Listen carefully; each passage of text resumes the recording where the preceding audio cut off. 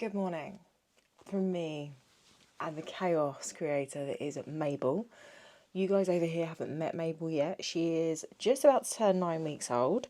She's been with us for just under a week. It'll be a whole week tomorrow that you've been here. Last night was the first night I've had sleep for a week. A whole week. It is currently 6:30 in the morning. She's been up since about 6:10. And we're going to get ready, aren't we, Mabel? And Mabel is probably going to win. She's probably going to cry. She's probably going to demand a load of my attention. But it's okay, because we can get through. So anyway, welcome to my channel. My name is Grace, if you're new here. If you're not, hello. I put out on my Instagram yesterday whether to actually start to diversify this channel a little bit. And please stop eating my hair. Thank you so much. Oh God. Start diversifying this channel a little bit. So it's been all books so far, which is obviously it's my thing. It's very much my hyperfixation, but there's only so much I can talk to you guys about books and make content about books. So I put it on my Instagram channel and you guys pretty much unanimously voted for me to start expanding this channel and make it a bit more me, a bit more lifestyle, a bit more what's going on in my world.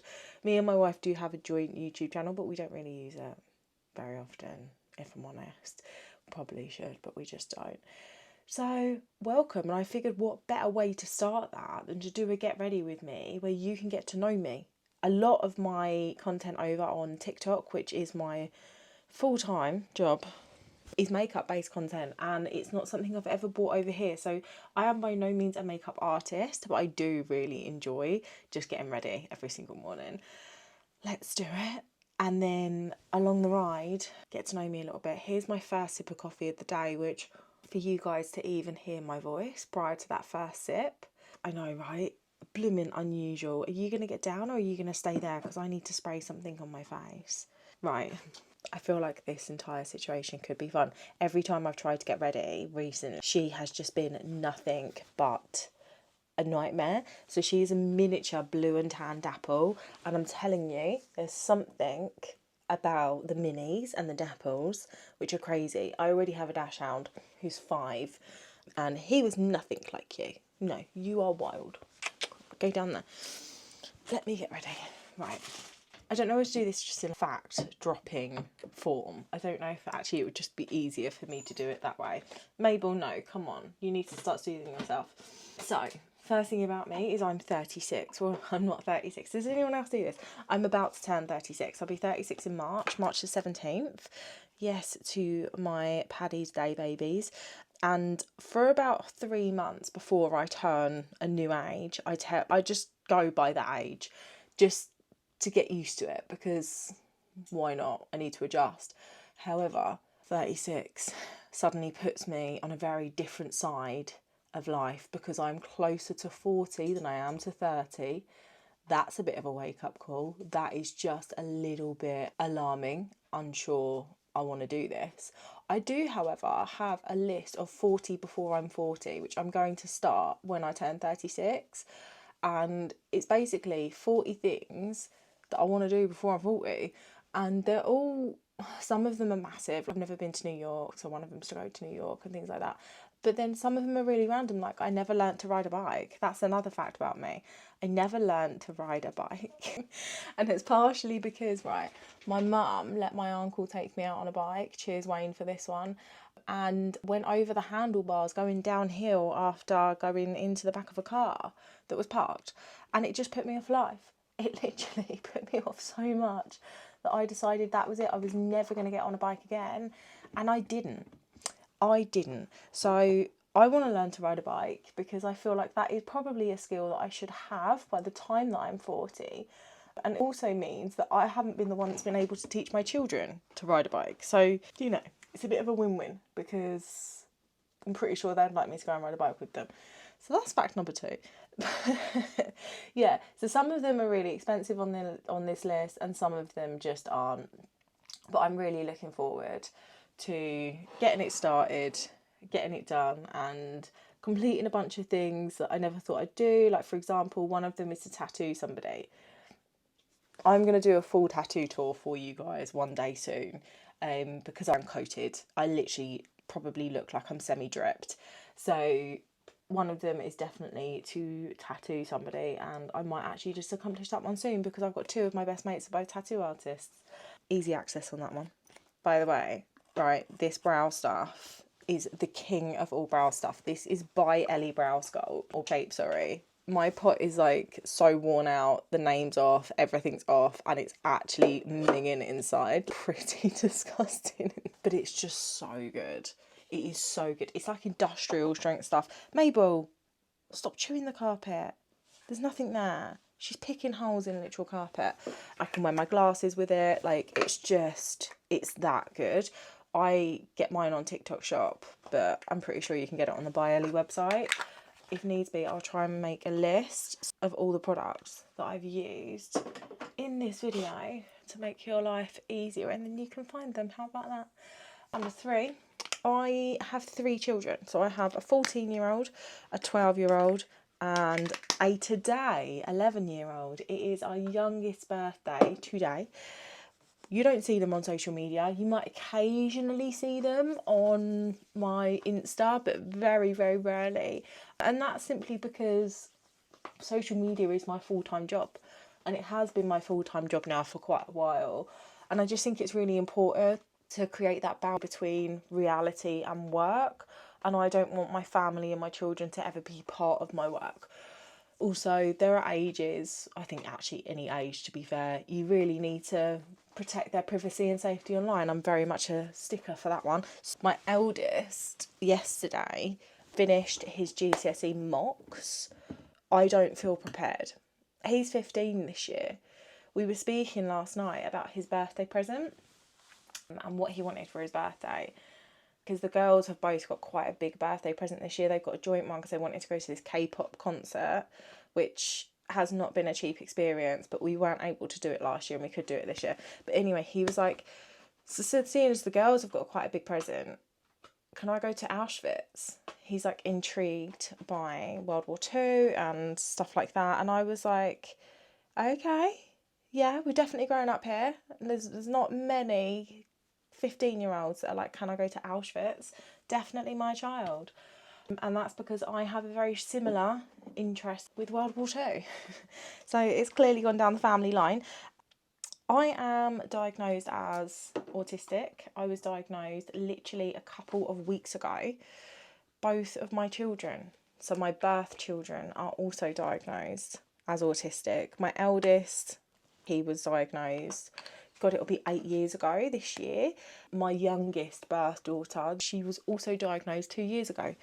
Our youngest is Kelly's birth child. She very much sees me as her mum, but Kelly was the one that birthed her, and I have been with Kelly for 5 years this year. We have been married for 4 years this year. So we met in 2020 during lockdown on TikTok. I made a singular TikTok video. This is going to explain, I suppose, my upcoming rise on social media, if you can call it that. I made a single TikTok video 5 years ago, I think it was in May of 2020, where I came out as gay. I was 31 years old. I'd never come out before. And I just made this video, I think, thinking nobody would see it. And it would almost be like a way of coming out and like testing the waters. Anyway, I was very wrong because a few 100,000 people saw that video. It went viral. And then every single video I made after that point went viral as well. And then before I knew it, we're here. This is my job. Kelly followed me, and then I followed her back, and then I slid in her DMs.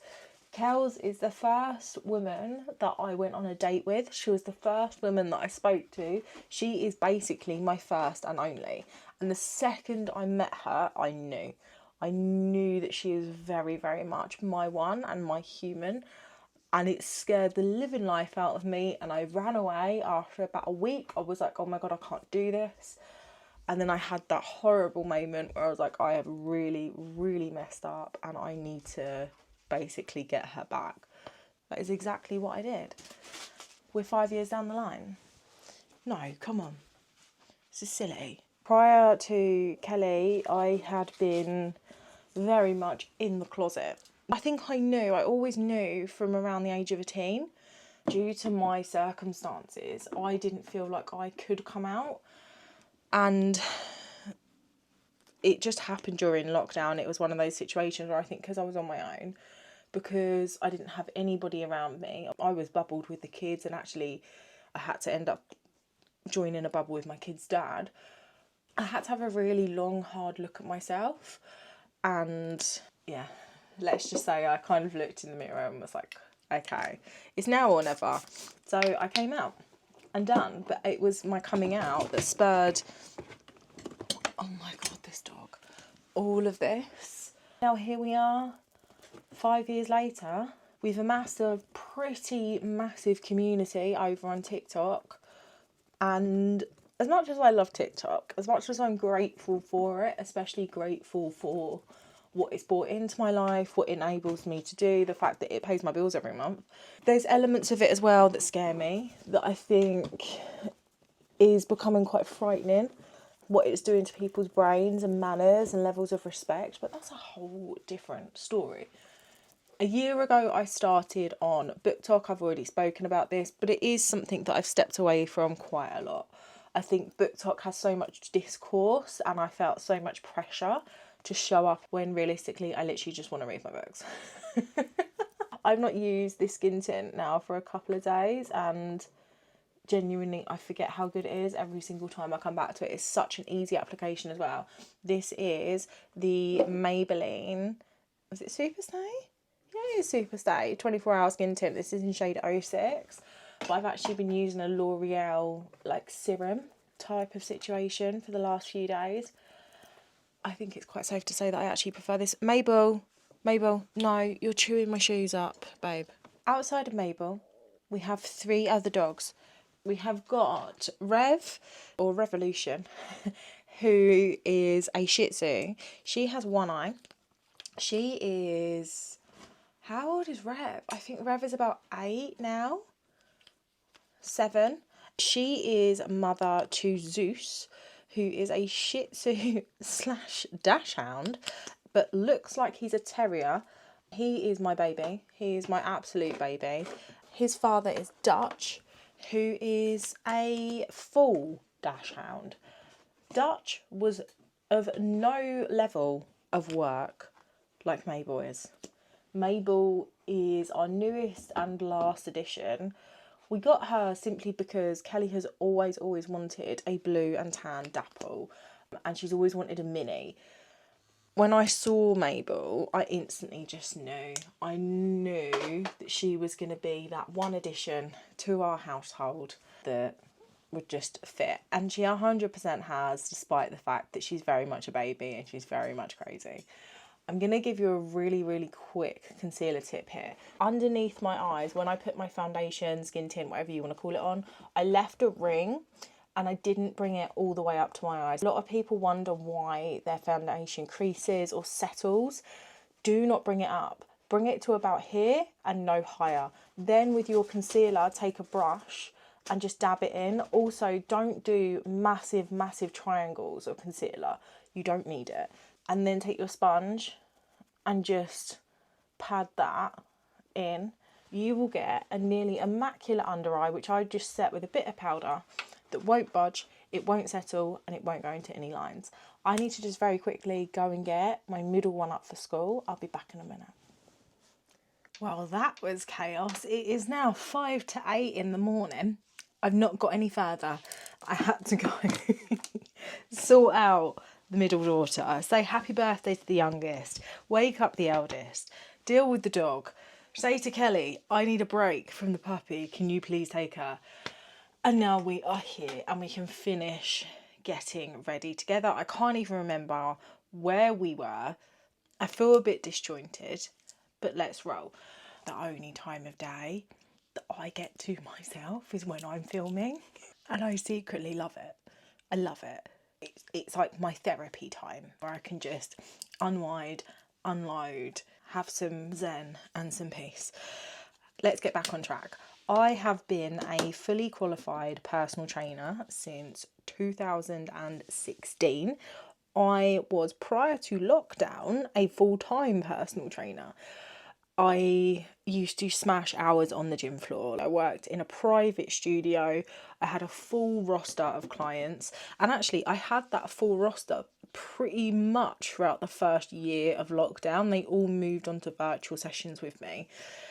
And I actually didn't give up personal training to do social media. I gave up personal training to open a business, which I've never ever spoken about on a not honest, but like, basically, I had this business.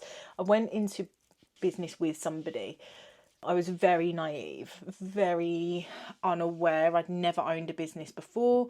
It literally blew up. I opened it, ironically, on the 1st of February 2021 in this tiny little room that I'm in now. But it blew up at a rate that we never could have expected it to blow up. It was around the same time that, you know, really building on TikTok, and this business went from this tiny little room to 10,500 square feet and a staff number of 25 members of staff. We were sending out upwards of 700 parcels a day. It was a monster, and I walked away in March of 2022, so a year later, because it destroyed me on so many levels. There was a lot of speculation around what had happened at the time, and obviously it's a business, which means I have a legal responsibility and obligation to protect that business and its assets and stuff like that. So I've never spoken about it. Plus, part of the reason I've never spoken about why I left and why I made the decision that I made, because it would actually destroy somebody else on a public level, and I'm not like that. They may have tried to do it to me, but I am not that person. I don't care if people, you know, that game, I don't. So yeah, but actually why I stopped personal training, and then I did go back to it very briefly afterwards, and I just realised that actually no, my time was done. I didn't miss the early mornings, and now we're here. Now I am social media full time, which at first was a really scary step to take, because like, obviously everything I do controls what we earn. I could wake up tomorrow and our accounts are gone and we just don't know. But actually it has paid off so far. We really enjoy it. We have, obviously I mentioned 3 children, but all 3 children of ours have a disability. So our youngest has a physical disability. She is a TOEFL, very complicated. Feel free to Google it. I don't fully understand it yet. Kelly does. It's to do with her esophagus. She's under Great Ormond Street. So we've got 3 children with a disability, and this job enables us to be home with them, which is incredible. A massive thing if you have children like us. So yeah, that's a little bit of a ramble about the back history of my work, which to be honest, personal training was one of my favourite jobs in the whole world. I loved it. I enjoyed it. It gave me so much satisfaction, and the gym is a massive part of me. It has been since I was 17. It still is now. I don't get to train as much as I used to, but that's possibly not a bad thing, because I used to train like twice a day and it was a bit crazy. So a lot of you guys know me for books. I am a huge reader. I'm pretty feral. I'm trying to calm down this year. I'm trying to this year just read for enjoyment rather than read for the sake of content, which is where I got to last year. I spoke about it in my previous video that I've posted, where we sat and done some bullet journaling and book chats. But some of you may not know, but I feel like most of you will know this. My daughter's just sent me her live location, but I feel like some of you will know this. I have actually written a book. I completed my first draft last year.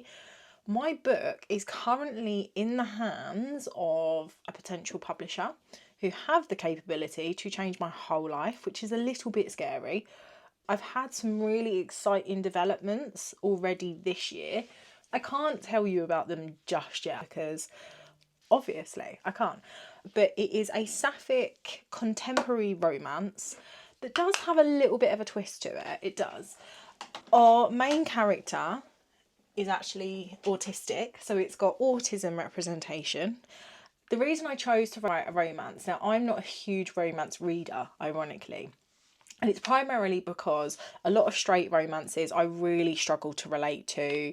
Naturally, I'm a lesbian. I like reading them and I enjoy reading them, but I miss the ability to just directly relate. However, a lot of sapphic romances I just can't stand. I can't stand. They either feel really kind of cheesy or they feel fetishized, and I just can't get behind that. Like, I just want a romance that it doesn't matter if you're straight, gay, bi, whatever, you can find some relation to it.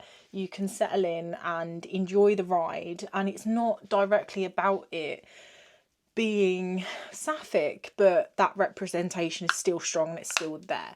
So I really wanted to try and create that. And one of the biggest reasons I wrote my book is because in the situation I had with my business, as I mentioned, I obviously wasn't allowed to talk about it. I wasn't allowed to come forward and be honest, really, about what happened. I never will, because I'm just not that kind of person. But no one can take away how I felt. And no one can stop me talking about how I felt and how I feel. So that was a very, very big kind of influence in the tone in my book. It's actually planned to be a duology. I've not even started writing book 2, but trust me, I know what's going to happen in it. So yeah, hopefully, you never know, one day I might be a published author and you might actually see my book on your bookshelves. That would be pretty cool. I think people have this really big misconception about me on social media. It wasn't really until I was diagnosed as autistic recently that I was almost able to justify to myself why people took me a certain way. I feel like I can be a bit of a Marmite person. You either really love me or you really don't like me. And I feel like I can be very, very misunderstood at times. A lot of people think that I'm incredibly confident and that I'm really kind of strong as a character, which I possibly am as a character, but I'm definitely not confident, not in real life. So it wasn't really until I discovered social media that I had the ability to talk like this. I think because I'm set up against a camera, I've got a mirror in front of me as well because I'm getting ready. I have a feedback loop so I can judge my facial expressions, my movements, how I am presenting a lot better. Whereas in a social situation, I can't gauge any of that, like at all. And so in a social situation, I am very much the observer. I'm very, very quiet. I'm quite withdrawn until I know you. And what's funny is Kelly, my wife, on camera is incredibly quiet. She doesn't really say very much very often, but in real life, she is the one that will talk to you. So she is the one that will chat, have the conversation. It's not that I'm not friendly, I have to try and figure out my place before I can relax into any kind of social situation. So it does make me laugh when people say to me online, like, oh, you're so confident. How do you get more confident? And I'm like, I'm really not. I am so unconfident. I am that person that will just stand in the quiet corner of a function and just not talk to anybody, not say anything, and just observe everything that is happening around me. I'm probably actually quite socially awkward and don't even realise it. So I get huge hyperfixations, really bad hyperfixations. And I never really realised that I do it before because they last quite a long time. So it's not like I hyperfix for like a month and then I move on. We're talking years and years and years. So for example, the gym, I've been hyper focused on it since I was 17. And then when last year and the year before I started to withdraw a bit, I was like, oh my God, what's happening? I panicked. Books, I've been hyper focused on books since I was a little girl, and sometimes I will burn out and I won't read for a little while, and then all of a sudden I'm like hyper consume. Bullet journaling is my newest one. That is such a massive hyper focus, but I do tend to hyper focus to the point where I need absolutely everything and I can't not have it. So bullet journaling, the recent one, I now have 3 or 4 bullet journals. I've got 2 massive pencil cases, one filled with pens and whatever, stationery bits, and then one just filled with stickers and washi tape. I can't just go small. I am very much go big or go home. I'm an all or nothing person. And sometimes that pays off and sometimes it just doesn't. And I think I might drive my wife a little bit crazy with it quite often, where she's like, I start with one thing and then before she knows it, we have 20 versions of it just dotted around the house. I am also crazy obsessed with my eyelashes. I don't know why, I always have been. So when I was PTing, I used to wear strict false lashes every single day. Now I like moisturise my eyelashes, I put lash serum on them. I'm really careful about how I take my mascara off. My eyelashes literally can dictate how my day goes. I am that person that will constantly say I need calm and quiet and yet somehow seek chaos. So we have 4 cats, 4 dogs, 3 children, a house that it's a decent sized house, but it's actually not big enough anymore. We are growing out of it. So we're hoping to be able to purchase our first house this year, which is really, really exciting. I'll say that I just want a day of like quiet, of nothing, of sit down. And then when I'm presented with it, I just can't do it. I'm constantly on the go or doing something. My brain goes 1,000 miles an hour. And I used to fight it a hell of a lot. Now I don't fight it so much. I kind of lean into it and I'm like, right, okay, if I know I can't relax, let's do something that is still creative, such as making content or bullet journaling, go for a walk, go for a run. I just don't. I have no chill, basically. This is quite hard, you know. Considering I've done social media for so long, it's actually really quite hard sitting here trying to introduce myself in this manner because I'm trying to pluck things out of thin air. But for example, the eyelash obsession, this is only one coat. I am the messiest mascara applier ever, but trust me, I will make sure my lashes are perfect once I'm done here.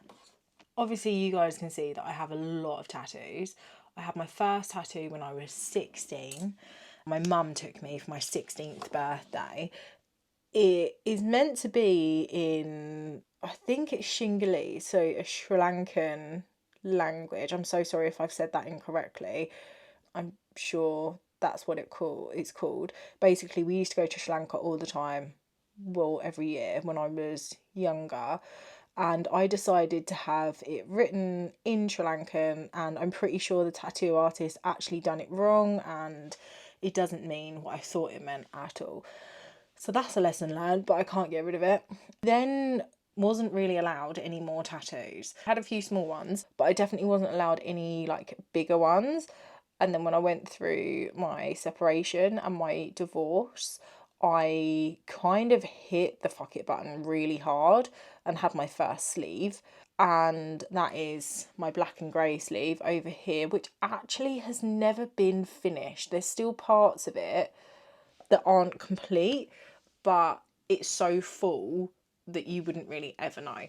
So I can tolerate that and I can live with it. I then obviously went on to have the second sleeve because I can't just have one, I have to have 2. And now I don't actually think there is pretty much a part of my body that doesn't have a tattoo. Now, I get people on social media all the time try and tell me off because I actually had skin cancer in 2012. By that point, I had a few tattoos anyway. I had malignant melanoma when I was 23 years old, and people always tell me off on social media for having tattoos because it makes it harder to find and detect a cancer, which, yes, you are correct. However, I go for a mapping with an expert dermatologist every single year, and she actually complimented my tattoos. So she very much tried to take that stress and worry and work away from me. Now I'm only getting fine line tattoos, so I'm not getting ones that are quite as heavy and thick as my sleeve. But it's one of those situations where it's like, I didn't know at the time, nobody told me that, I can't take them away. I've just got to push forward with them. Actually, my tattoos are a huge part of my identity. Nearly all of them have a story behind them or a meaning. And like I said, I do actually want to do a full tattoo tour for you guys, because so many ask me over on TikTok to do one, and TikTok is just not the platform, because I get a violation over there for just wearing a pair of shorts. It's actually wild. A lot of my tattoos are hidden in not bad places, but like, for example, I've got a sternum piece. There's no way I could show that over on TikTok. TikTok would have a fit. So I will at some point film a full tattoo tour for you lot where I can talk you through them. Quite a few people message me and ask for photos of them so that they can then take them to their tattooist. This might be a bit of an autistic thing, but that makes me feel really uncomfortable, because I don't like the idea of somebody directly having exactly the same tattoo as me. I don't mind them being used, obviously, for inspiration, but the thought of somebody having exactly the same tattoo, I'm like, it's so personal to me. Is that just a me thing? I don't know. Surely it's not. I've had people before being like, I want that exact tattoo. Can I have a photo of it? And I've been like, no, sorry. No. I'll ask your tattooist to draw something up that's similar, but no. When I first started my social media journey, so back in 2020, I came up pretty hard, pretty fast, but people actually had tattoos of my name, my signature, my face, which was wild. It's not happened for about 4 years now, which I can't lie, I'm a bit grateful for. I don't know how to process that somebody's actually had a tattoo in honour of me. Like, why? I am the most standard, almost boring human in the world. Actually walking around with my signature, my name, and someone has my face on their arm. That's crazy. And I know I've just said that I am a boring person. I really am a boring human. My life consists of work, which is now this, reading and going to the gym and being a mum.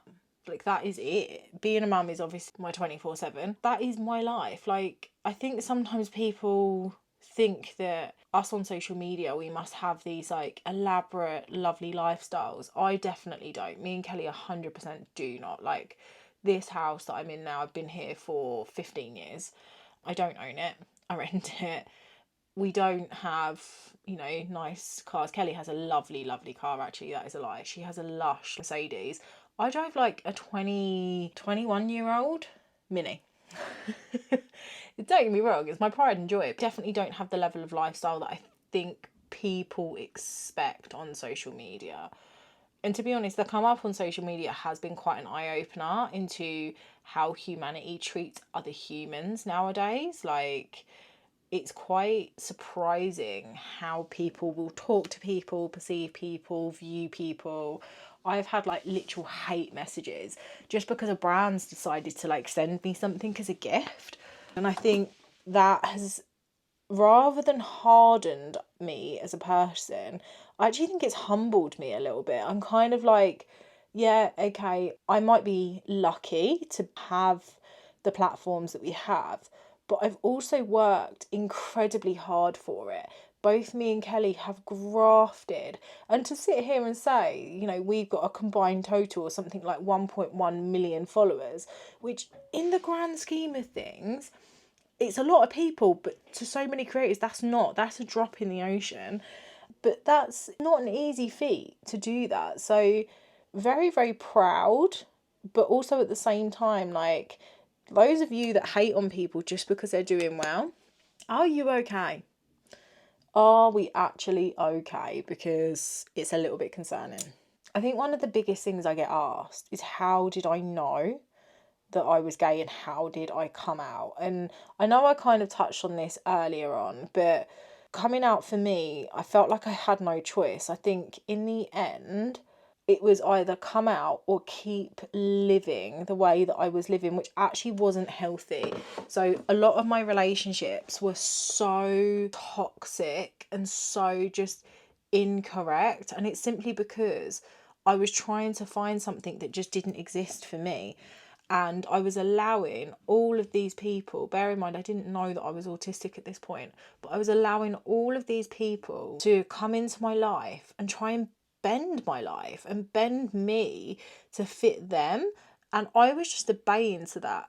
And it wasn't actually until I came out that I kind of had a bit of a backbone, and I stood really true to who I was and who I wanted to become, and shoved a bit of a middle finger up. And then as soon as I stopped trying to hit all of these targets of like white picket fence, husband, family, like all of that stuff, I found happiness. And I think that's when I really knew. When I came out, it was like a weight was lifted off of me, and I didn't feel any pressure to be somebody that I'm not. I've spent my whole life, I think, making other people happy. So to do something for myself and make me happy was a revelation. And then at the same time, you know, everything was shifting for me on social media. It was a massive life change, to be honest, but it was a good life change, and it was definitely one that I needed. And I felt like when I met Kel, it's like I breathed fresh air for the first time. Like, and I know that probably sounds really cringy, but it's true. It was a feeling that I can't describe, and I still get that feeling with her now. I still look at her, and really when we get to just spend time together as us, that initial wow has never ever gone away. I'm having the worst eyelash day on this one eye. So frustrating. It's funny as well because when I did first come out, I had one friend ask me if I fancied them, and I was like, no, that's not how it works. And then like she got offended that I didn't fancy her. And I was like, I'm so sorry, but you're not my type. And also, do you fancy every man you see? Because I'm pretty sure you don't. But then I had an ex who I was still friends with at the time call me a bender. That was nice, and like was just really inappropriate with me, and quickly severed that friendship. For the most part, I was really lucky. People kind of accepted it, took it, supported it.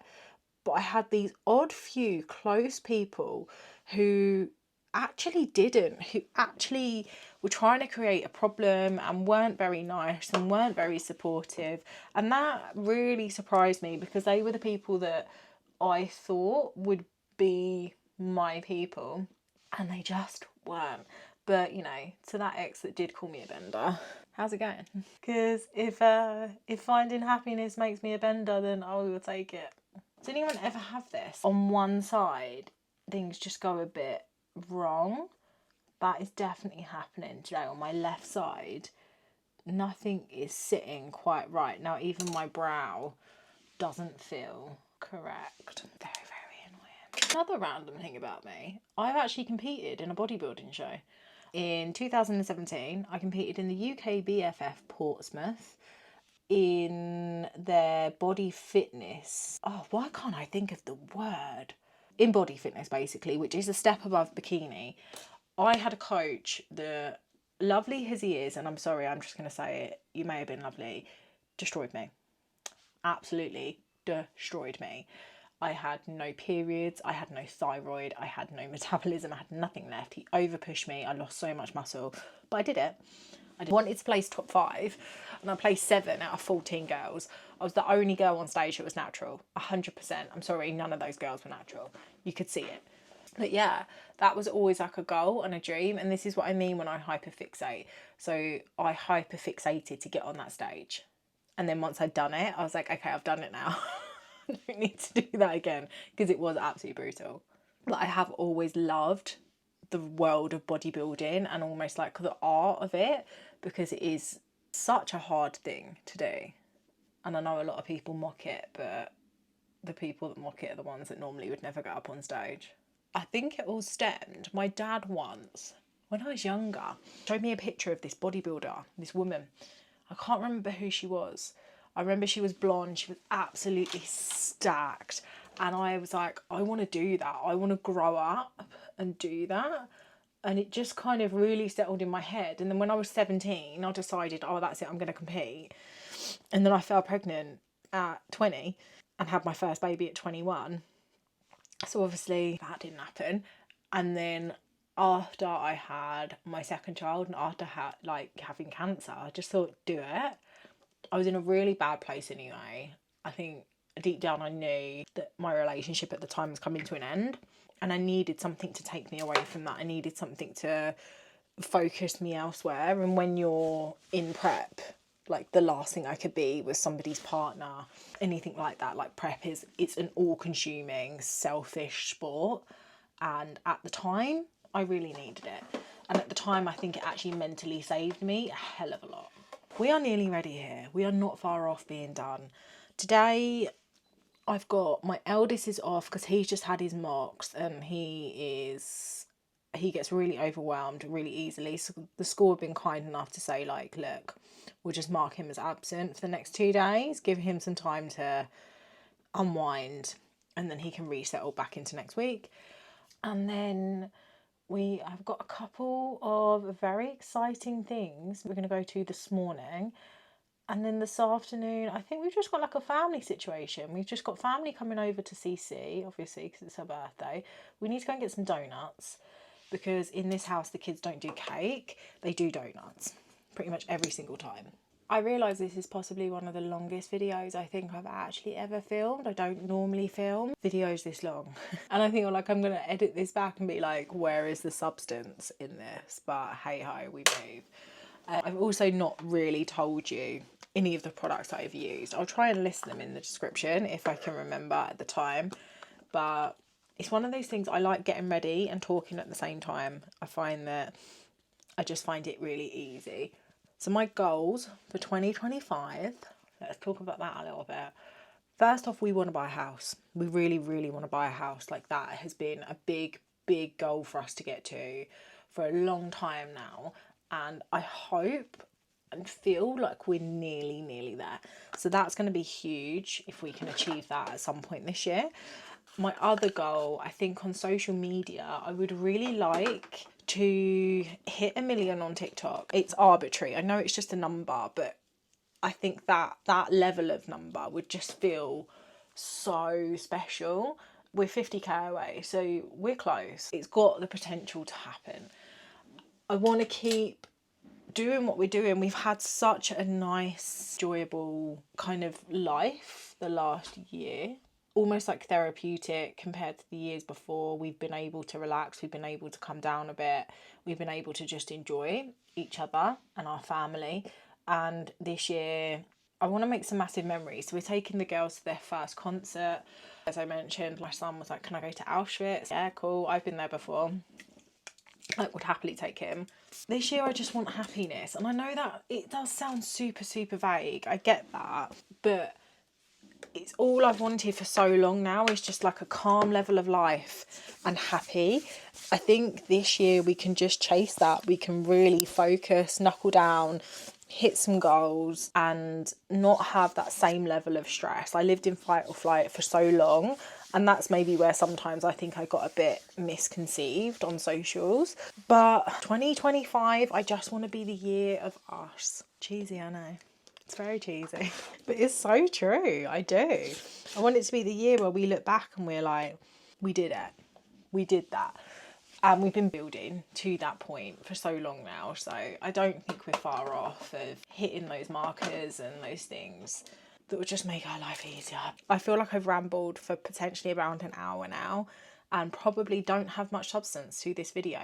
Hopefully you've got to learn a little bit about me, and hopefully you've seen me in a way that is far more relaxed and far more chilled than I normally would present. That's what I hope I've brung. Like I said, I know sometimes there's misconceptions about people on social media and influencers, creators, whatever you want to call them, but ultimately I am just a mum.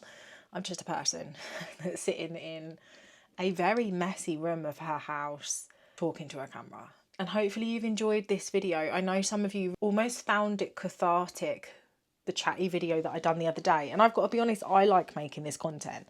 This kind of content where it's just unassuming, it's casual, it doesn't have a strong agenda.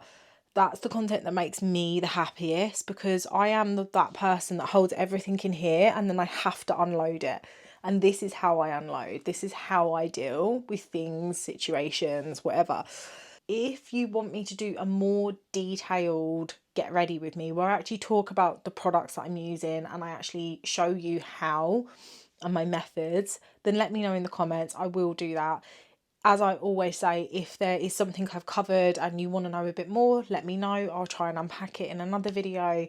But hopefully you enjoy this kind of ever so slight change of tone, where I've actually not really spoken about books. I've spoken about the book that I've written, but I've not spoken about the books that I've read. And hopefully this page can kind of flourish a bit more and get some community going on, and you guys can see a side of me that you perhaps wouldn't have necessarily seen before. Anyway, have a good one. I am going to go and get myself sorted. I need to get my eldest sorted as well. And I will see you guys very, very soon. This is potentially, well, no, it's tomorrow's the last day of January, so I'm probably not going to get this up, but this will be the third video that I filmed in January, which is almost unheard of for me to film that many long form contents in 1 month. See you soon. Love you. Bye. Thank you for being here. Don't forget to subscribe, and I will see you real soon.